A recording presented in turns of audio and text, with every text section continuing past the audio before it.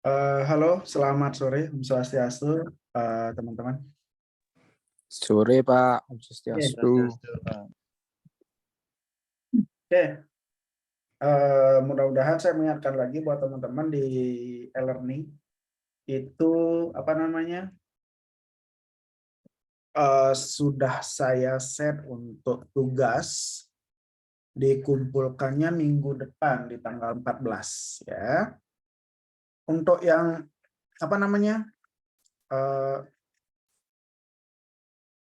yang pertemuan sebelumnya ada rekamannya tapi belum saya upload, nanti segera saya upload ya.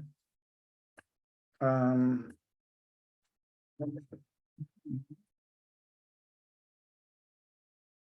Terus kuis 1, 2, 3, 4, nah, sekarang pertemuan keempat ya.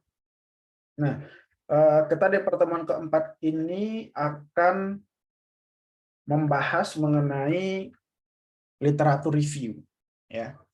Literatur review, jadi gimana caranya kita untuk bisa mencari sumber-sumber yang akan mendukung kita.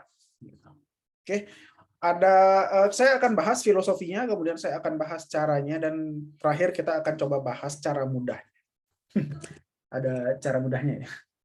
Oke, tahap pertama kita adalah menentukan suatu penelitian. Kita mulai dari menentukan masalah. Oke, menentukan masalah itu biasanya kita memiliki masalah, kemudian kita punya solusi. Nah, antara masalah dan solusi tersebut ada gap, ada jarak. Nah, untuk membuat kita menjadi lebih dekat dengan solusi, tentu saja kita membutuhkan usaha. Usaha ini dalam penelitian kita selain menyelesaikan proyek yang akan kita ambil, kita juga boleh atau kita seharusnya didasari dengan suatu ilmu dasar. Nah, ilmu dasar ini adalah bagaimana kita masalah itu mencapai solusi dan kita mengerjakan sesuatu, kita harus memiliki pengetahuan terhadap alat-alat, bahan, ataupun segala yang sesuatu yang berhubungan dengan masalah dan solusi tersebut. Gitu. Itu latar belakangnya kenapa kita butuh literatur review. Anggap saja kita ingin tahu, kita lapar. Masalahnya kita lapar. Solusinya kita makan. Untuk supaya bisa kita makan, kita ada berbagai macam cara yang bisa ditawarkan. Ada beli, ada ada minta sama orang, ada masak, anggap seperti ada 3. Berdasarkan jalan yang bisa diambil, kita akan menggunakan jalur masak gitu misalnya.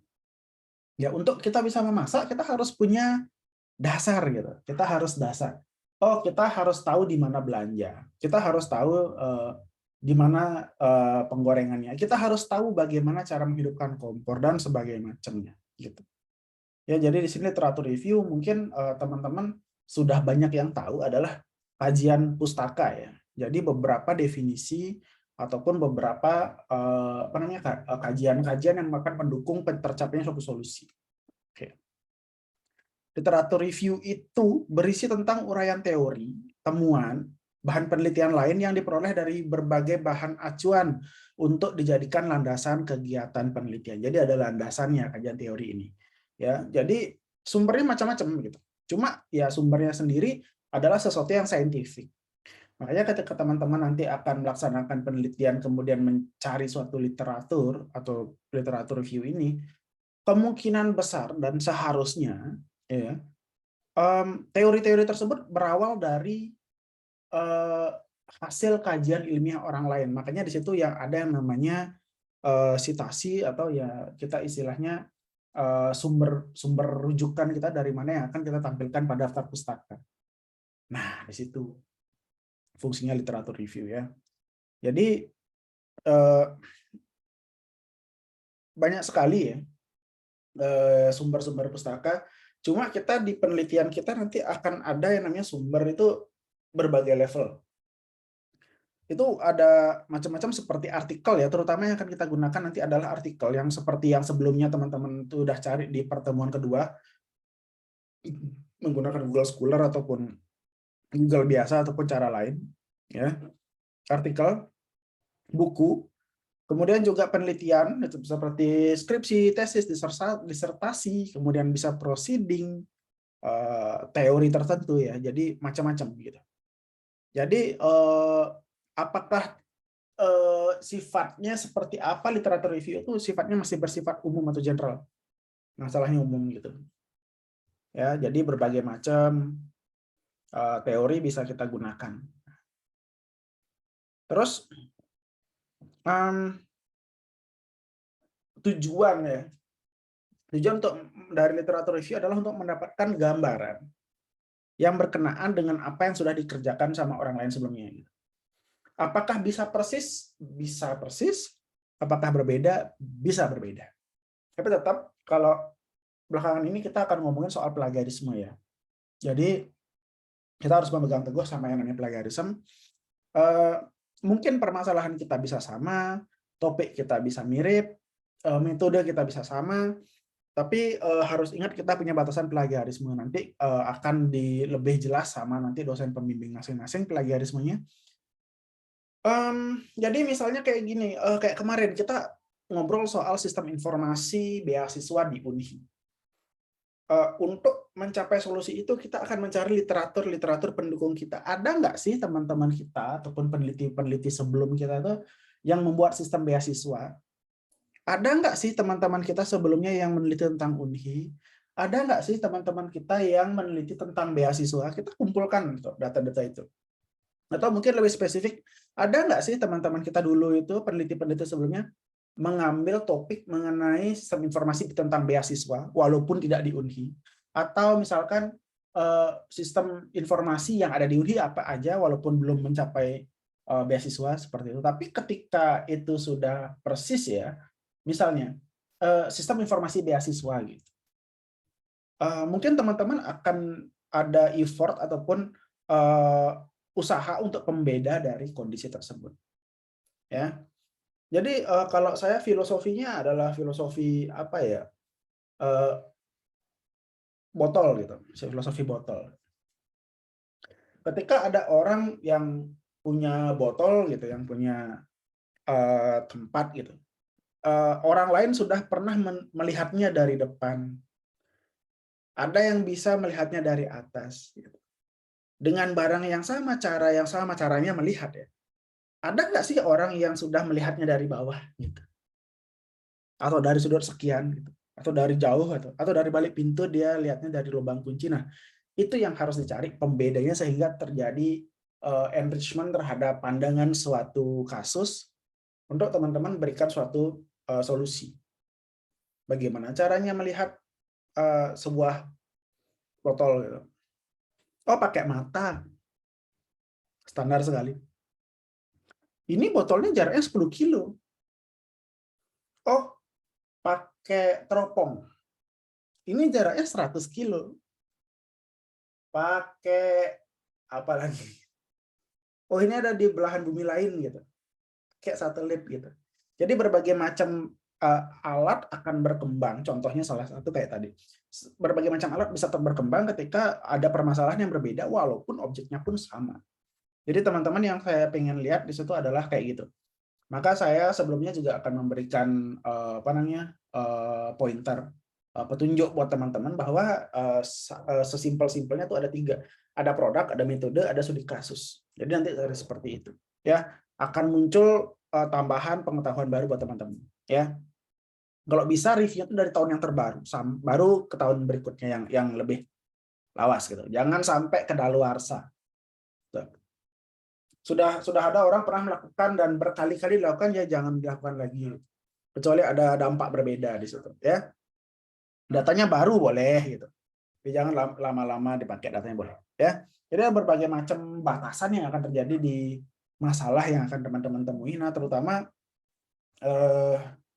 nanti di tugas selanjutnya, di tugas 2, sebelum saya akan berikan tugasnya minggu depan terkait dengan desain ya. Kita lanjut dulu mengenai apa sih aspek-aspek utama yang harus dilakukan ketika literatur review. Itu yang pertama adalah survei artikel ya, yang terkait dengan isu yang kita minati atau kita perlukan. Jadi survei kita lihat, cari dulu gitu.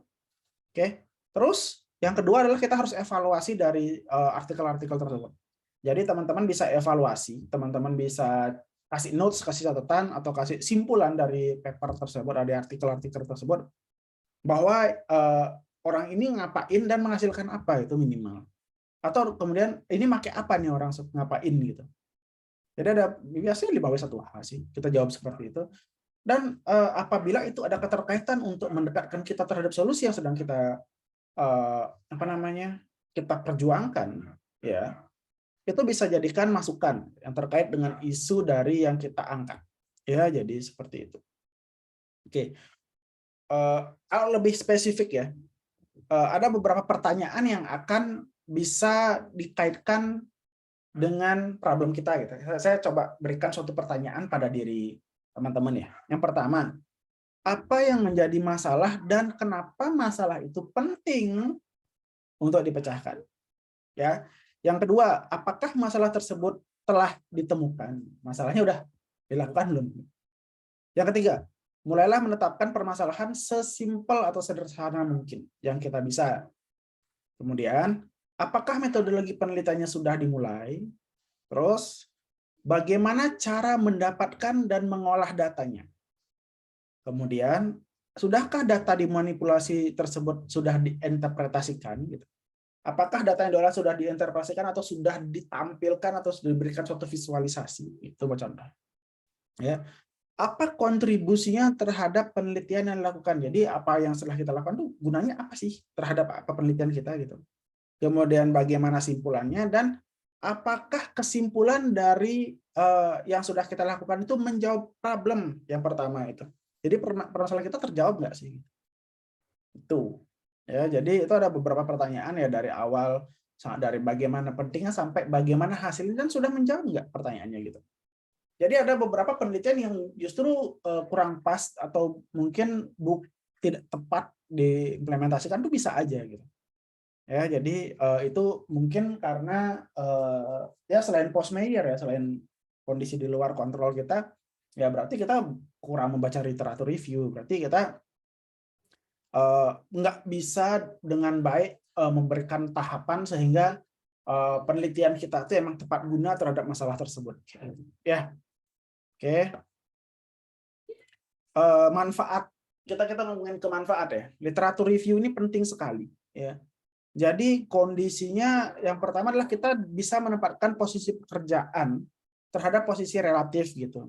Ya, oke lah. Misalnya kita ada IT investment gitu, itu jadi masalahnya. Ketika ada orang yang sudah menulis sesuatu tentang IT investment juga di organisasi lain, di berbagai macam sektor, itu kayaknya bisa kita gabungkan di beberapa sektor itu untuk mencari posisi relatif, kira-kira kita posisinya ada di mana gitu. Jadi dari itu bisa kita ambil solusi yang paling dekat dengan yang sudah pernah ada sebelumnya, bisa seperti itu. Ya. Terus kita juga bisa memanfaatkannya untuk menggambarkan keterhubungan antara satu penelitian dengan penelitian lainnya dengan point of interest kita.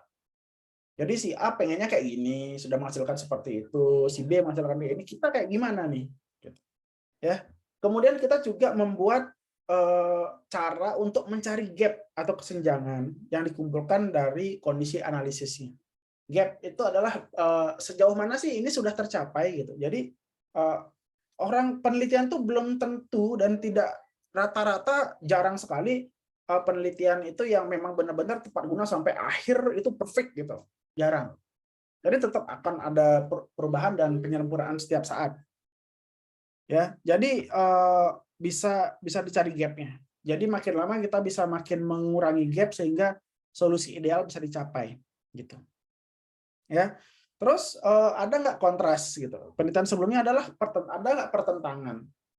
Itu misalkan si A memiliki pendapat A, bisa juga kita bisa memiliki pendapat yang tidak A gitu atau ditentangkan gitu. Bahwa penelitian itu sebenarnya kita harus membahasnya secara skeptis gitu. Dan kita buktikan skeptical itu benar atau tidak. Terus point of view ya, jadi bagaimana cara kita untuk memandang, dan sebagai dasar penelitian literatur review ini untuk penelitian berikutnya gitu.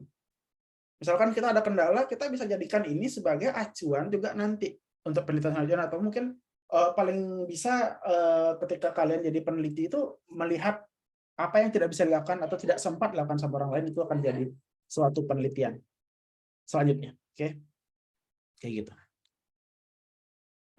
Langkah-langkahnya ya. Kita ngomongin langkah-langkah dari literatur review ya. Yang pertama, teman-teman bisa memformulasikan permasalahan. Jadi pemilihan topik terhadap isu dan interest gitu.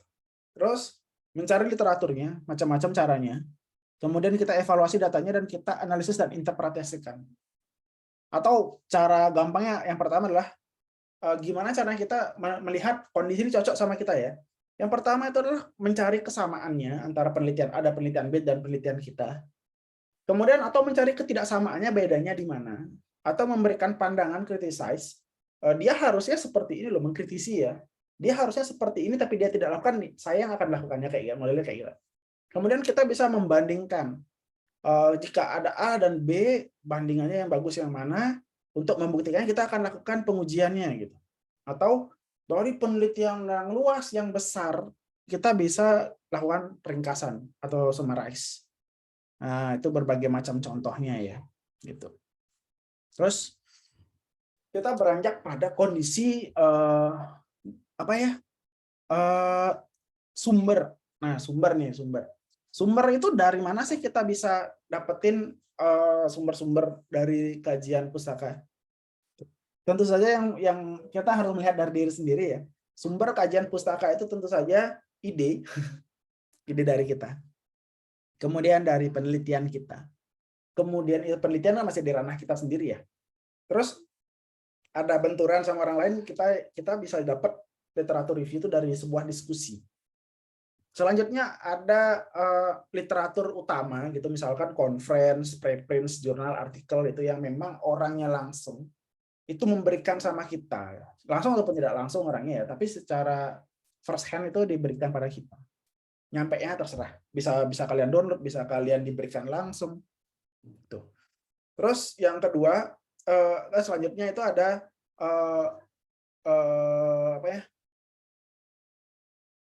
literatur sampingan gitu, secondary gitu. Misalnya abstrak, kumpulan. Biasanya ada kalau di luar negeri itu ada artikel itu khusus untuk mengumpulkan abstrak. Abstrak itu kan kalau gampangnya adalah bagaimana bab 1 sampai bab 5 diringkas dalam satu halaman gitu. Itu abstrak dan indexing gitu. Jadi teman-teman ketika mencari abstrak itu bisa langsung dalam satu buku, dulu ada gitu. Sekarang udah ada Google jadi agak jarang ketemu lagi. Kemudian review artikel. Nah, ini teman-teman juga penting sekali untuk mengumpulkan review artikel. Kemudian juga ada buku di situ. Oke. Terus ada tertiary atau primer, sekunder, tersier. Nah, tertiary literature atau literatur tersier gitu. Banyak sekali, ada handbook, ada buku ajar gitu, ada ensiklopedia yang sudah dikumpulkan, ada textbook ya mirip sama handbook. Kemudian ada kamus dan kemudian juga ada buku-buku juga ada di situ. Ya, itu jadi contoh siklus mencari literatur ya. Tentu saja untuk sumber utama dari penelitian kita nanti adalah artikel jurnal, paper yang kemarin juga saya sudah jelaskan itu di Google Scholar biasanya. Dan ada beberapa caranya, bisa pakai manual, bisa pakai publication paper, macam-macam. Google Scholar masih cukup relevan ya. Selanjutnya ada tesis, kemudian ada disertasi, ada jurnal, ada majalah, ada abstrak, bisa proceeding dan juga website. Ya, contohnya website yang kredibel ya. Selanjutnya kita lanjut pada bagaimana menampilkan suatu literatur review. Mungkin teman-teman pernah baca tugas atau apa gitu yang menyebutkan bahwa orang lain memberikan kontribusi ya. Jadi ini penting sekali. Kita tidak mungkin mendapatkan ilmu itu tanpa sumber dari orang lain, tanpa diberitahu sama orang lain secara ilmiah. Ini bukan wangsit ya, bukan kalian bertapa kemudian dapat ilmu, bukan seperti itu kan, ini ranahnya ilmiah. Jadi teman-teman di sini harus memberikan suatu penghargaan dari mana ilmu itu berasal dan juga memberikan rujukan yang tepat. Jadi ilmu-ilmunya itu dari mana supaya dipertanggungjawabkan dari mana aslinya.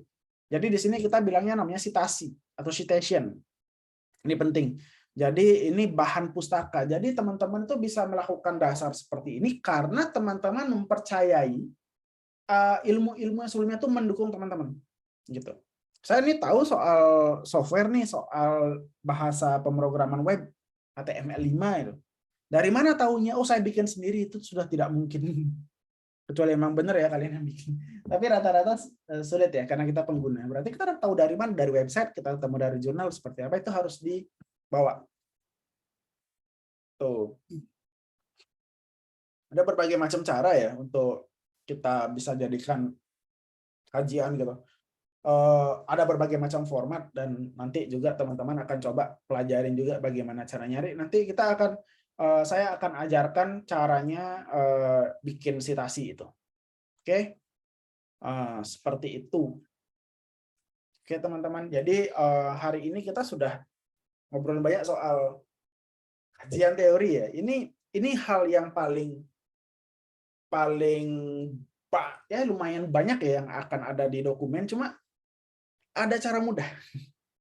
Ada cara mudah untuk mendapatkan literatur di zaman sekarang. Oke. Literatur itu bisa berbagai macam untuk teman-teman bisa cari ya.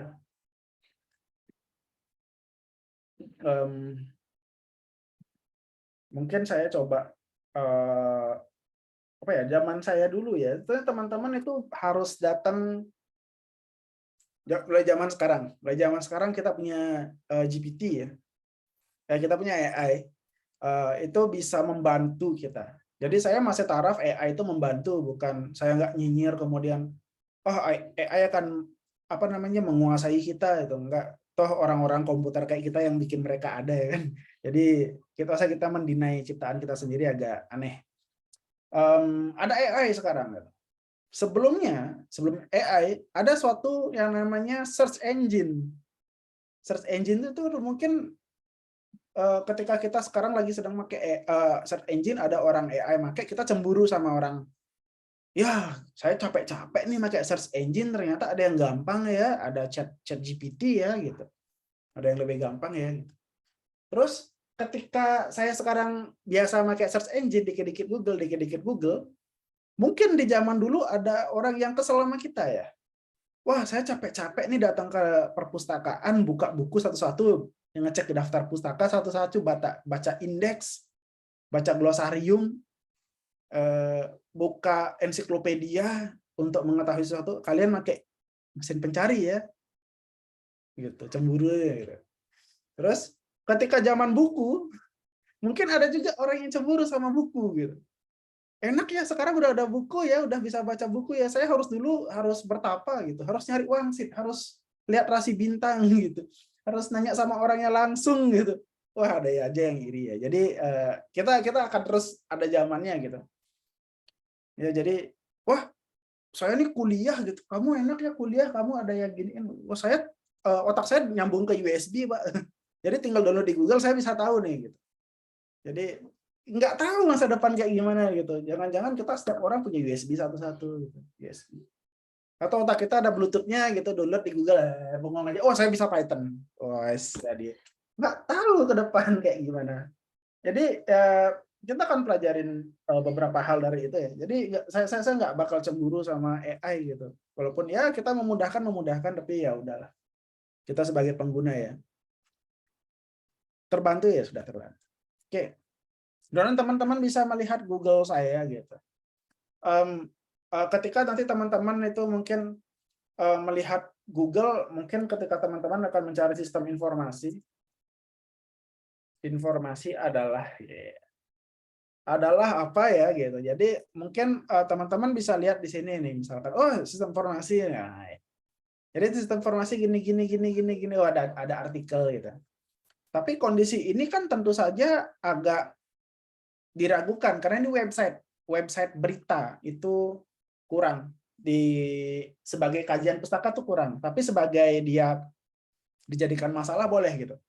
Misalnya detik.com, saya akan cari soal bule dan bule Bali rusuh gitu. Nah, merasa marak boleh balik bahasa kayak gitu kan. Oh, nyeleneh diboleh hibahkan netizen. Nah, oh ini nih saya bisa jadiin ini sebagai penelitian saya nih gitu. Jadi dengan kondisi seperti ini perlu adanya dijadikan, misalkan saya orang hukum ya. Oh, berdasarkan masalah ini saya akan buat peraturan perundang-undangan terkait apa gitu. Misalkan orang IT, saya akan bikin sensor di perempatan Canggu, kalau ada bule nggak pakai helm bakal ketilang gitu. Yang ditilang adalah dubes gitu. Ngeri, seru. Ya, kalau nggak bisa nyerang apa namanya orang-orangnya, dubesnya itu didendain, mending kan. Dubesnya nggak bakal kemana-mana, diam di kantornya gitu, ya kan. Kalau dubesnya nggak bisa bayar tuh, Jepun-Jepangnya ambil satu nggak apa-apa. Jadi ya ini salah satu cara kita nyari itu. Tapi ketika kita memiliki seperti ini kan agak sulit ya. Sistem informasi, Wikipedia boleh, tapi caranya nyari Wikipedia supaya halal, supaya dia itu terlihat akademis, ya ini dicek citasinya. Jadi ada di sini. Nah, ini adalah buku nih. Ketika ini diklik, ini akan jadi buku. Jadi masalah ini misalkan sistem informasi adalah suatu sistem formal bla bla bla, ini jangan dari Wikipedia, tapi ini dari reference, ini dipakai. Ini akan ilmiah. Kalau ini diambil dari Wikipedia tidak ilmiah. Ya, jadi berbeda macam-macam ya caranya. Tapi ada cara yang lebih mudah. Oke. Saya akan tampilkan sekarang cara yang mudah pertama. Ya, saya akan kasih, ini namanya Google Doc. Jadi bagaimana cara kita lebih dalam menggunakan Google ya. Saya akan kasih tanda petik di antara sistem informasi adalah, ya. Kemudian saya lanjutkan seperti ini, saya lakukan berikan bab 2 dan file type PDF. Hampir ilegal cara ini. Jadi ketika kalian enter, hasil pencarian di sini kemungkinan besar adalah skripsi-skripsi orang. Ini semuanya skripsi. Ini anak apa nih? Unicom. Redirected. Nah, berarti ada sistem informasi adalah, ada sistem informasi adalah. Sistem informasi adalah suatu sistem organisasi dong. Penelitian. Jadi ada caranya untuk lebih mudah ya. Tapi ingat, ini adalah kondisi masih copy paste punya orang, itu salah. Jadi teman-teman harus memberikan ide sendiri. Itu namanya paraphrase. Misalkan ini ada kondisi seperti ini ya. Sistem informasi adalah suatu sistem dan organisasi yang mempertemukan pengolahan transaksi harian seperti ini gitu. Jadi ini harus teman-teman bahasakan lagi. Harus paraphrase, harus susun ulang lagi untuk menuturkannya secara berbeda, tapi maknanya masih sama, itu paraphrase. Gitu. Coba kita lihat yang lain. Sistem adalah, coba sistem informasi adalah, sistem informasi adalah suatu kumpulan elemen komponen berupa orang dan prosedur. Ini juga ada, ini juga ada. Ini cara yang lawas dan cukup mumpuni ya, cukup bagus ya. Tapi tetap jangan di copy paste, harus di paraphrase lagi. Tentu saja ada seperti ini. Gitu. Bisa gunakan ChatGPT. Mau nggak mau kita harus gunakan ya.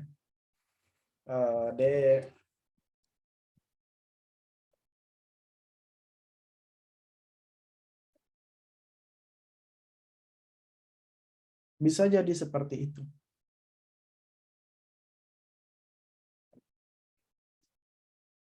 Panjang. Panjang. Mungkin saya lakukan seperti ini ya.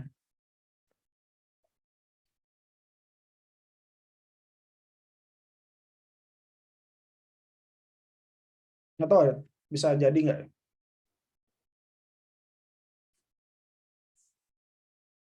Coba kita tunggu hasilnya seperti apa.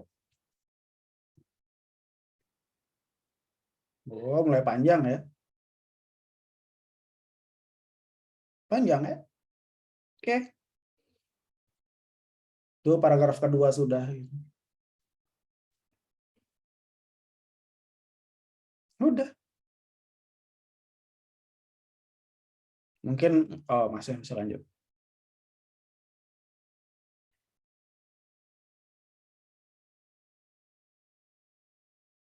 Panjang ya.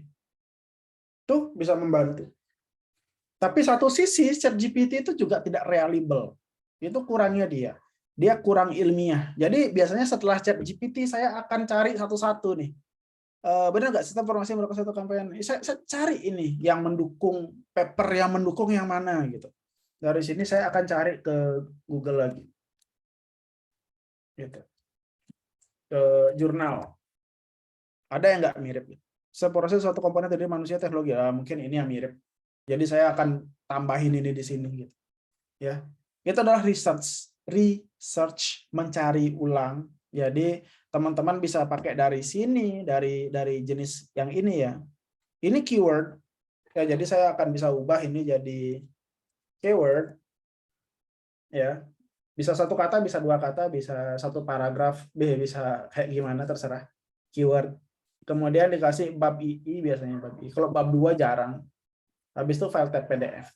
Ini akan bisa teman-teman mencari lebih apa namanya spesifik gitu. Misalkan saya ganti dengan data mining adalah ada semua ini. BSI, Dharma Jaya, Unsada, UIN, Unicon, UMM ada.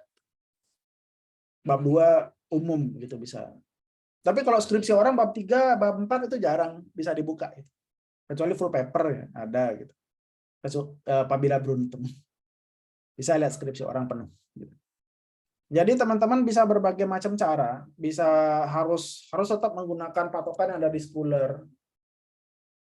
Gitu. Sistem informasi merupakan proses menyebarkan, mungkin ini cocok sama saya. Ya, jadi ini sebagai ilmiah, ini sebagai konten, ini sebagai originalitas ataupun yang membantu. Jadi ini harus teman-teman kolaborasikan, jangan sampai berharap lulus jalur ChatGPT. Sulit. Nanti ChatGPT-nya dapat sarjananya, bukan teman-teman.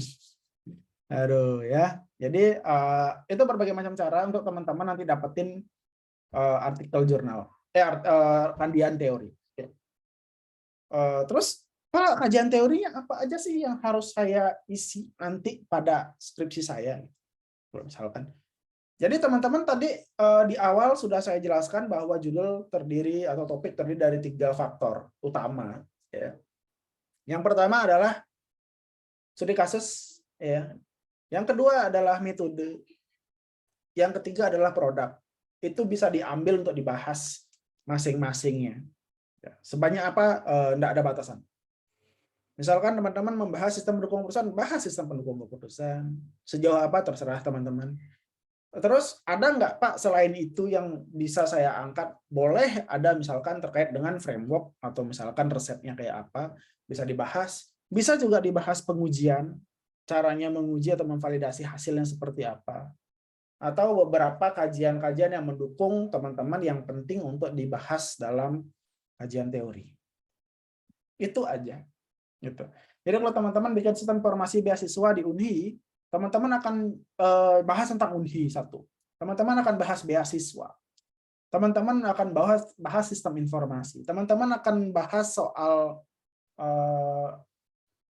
apa namanya lagi waterfall. Teman-teman akan bahas soal black box testing, white box testing. Teman-teman akan bahas tentang apa lagi ya? Usability test misalkan, ya macam-macam yang akan teman-teman bahas, dan masing-masing akan memiliki cerita sendiri karena masing-masing orang akan memiliki kedalamannya masing-masing gitu. Jadi teman-teman kalau berfokus pada saya pengujiannya cuma 2 Pak, blackboard sama whiteboard, oke, nggak masalah. Pak, saya akan menguji juga di usability testing di SUS, oke, masuk. Pak, saya akan membahas dari user acceptance test Pak, dari UAT, silakan gitu. Itu akan berbagai macam teorinya nanti. Dan juga akan mendukung apa yang teman-teman akan kerjakan. Oke. Dan biasanya kondisi kajian literatur itu efektif terkait dengan pembahasan hasil nanti. Nggak ada yang kondisinya offside gitu. Dalam artian Teman-teman membahas mobile, tapi anggapannya teman-teman nggak bikin program mobile. Ya kan, buat apa dibahas gitu modelnya. Jadi biasanya apa yang ada di situ akan teman-teman lakukan juga nanti. Misalkan ya udah ada black box membahas di kajian pustaka ada black box testing, teman-teman pasti pakai black box testing di bab 3 ataupun bab 4. Teman-teman membahas waterfall pasti ada waterfall di bab 3. Teman-teman ada membahas tentang PHP pasti pakai PHP nanti yang akan codingannya. Teman-teman membahas database menggunakan Firebase ya, nanti database-nya pakai Firebase bukan MySQL itu contohnya. Berbagai macam teknis itu akan masing-masing ada di ranah teman-teman. Tuh ya, kajian teori ya. Mudah. Mudah. Caranya seperti ini. Mudah. Tapi masalahnya dari kajian teori adalah saking mudahnya kadang-kadang teman itu lost control. Lost control dalam artian apa? Ya udah copy paste punya orang. Itu berbahaya teman-teman. Karena skripsi itu akan dicek plagiarismenya. Ketika plagiarismenya itu di atas 20%, teman-teman akan disuruh paraphrase. Tidak bisa teman-teman nurunin itu penelitiannya dianggap plagiat. Itu bisa dituntut orang. Oke, itu sulitnya penelitian sekarang. Dan itu adalah yang melindungi teman-teman nanti. Ketika teman-teman sudah menghasilkan sesuatu. Jadi orang lain ke depan juga akan berefek domino. Ini teman-teman nggak akan kecewa suatu saat.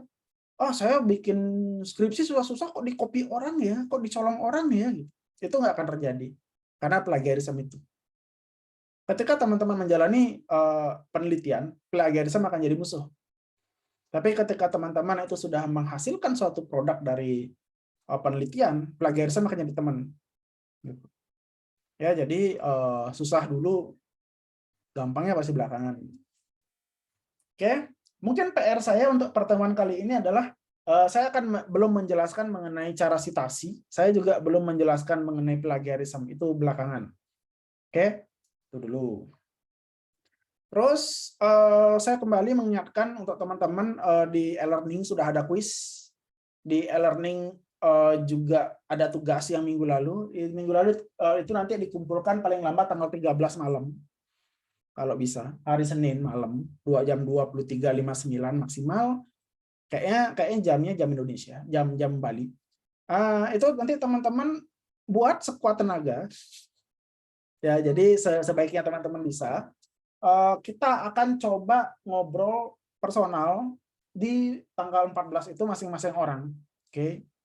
Teman-teman sukanya bikin apa, atau ada dosen yang teman-teman pernah ajak ngobrol bisa proyekkan apa, teman-teman itu pengen buat apa, atau teman-teman di tempat kerja dititipin disuruh bikin apa, itu bebas, nggak masalah, nggak harus saya tentukan.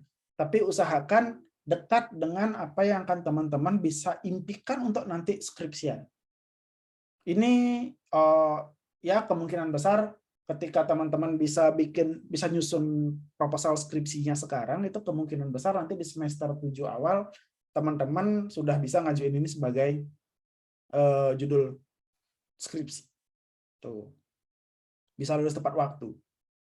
Gitu. Jadi dari awal di drill, bukan mungkin akan sulit, teman-teman mungkin sekarang akan ngerasa, aduh, saya kan masih nyantai Pak, saya juga masih PKL Pak, saya masih ini gitu ya. Ya mungkin alasan seperti itu bisa saya terima karena saya dosen gitu. Saya kan ketemu 1 semester aja sama teman-teman. Tapi ketika teman-teman itu beralasan sama diri sendiri, itu teman-teman yang akan rugi.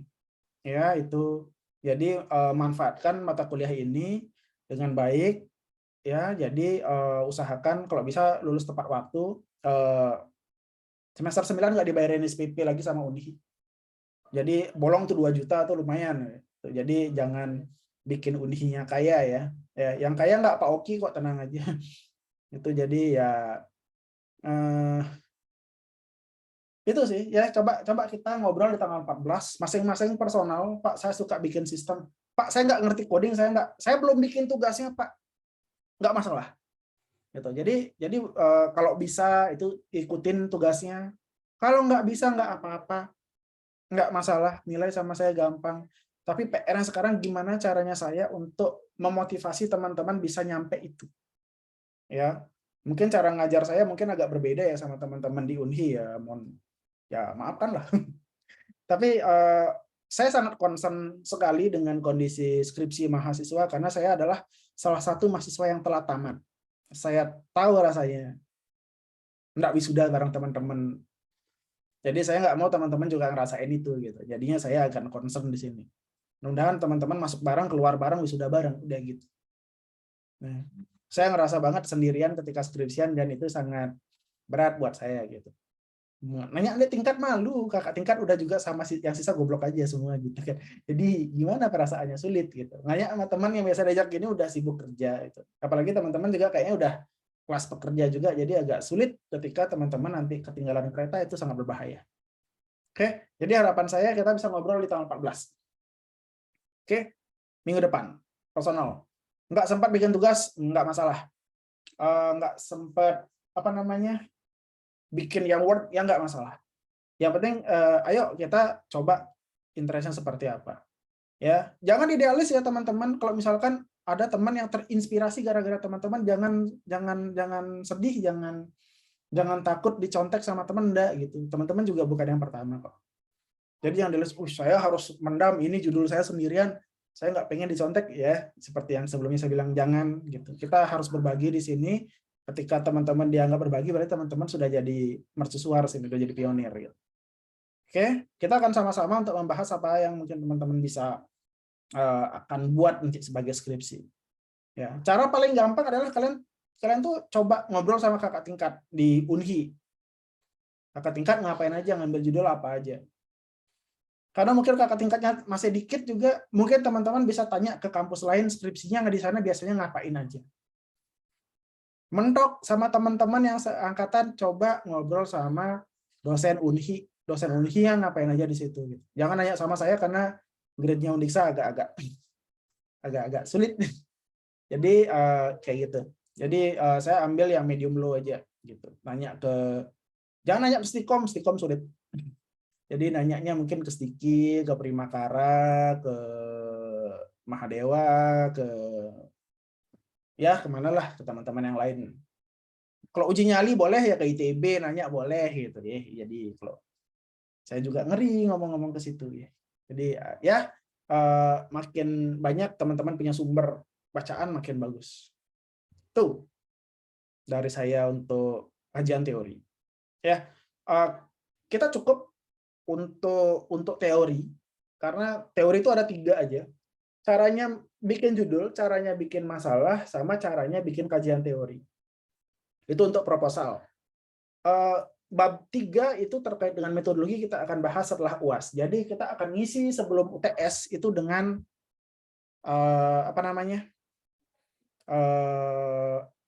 sampai 2 minggu ke depan kita akan ngomongin problem.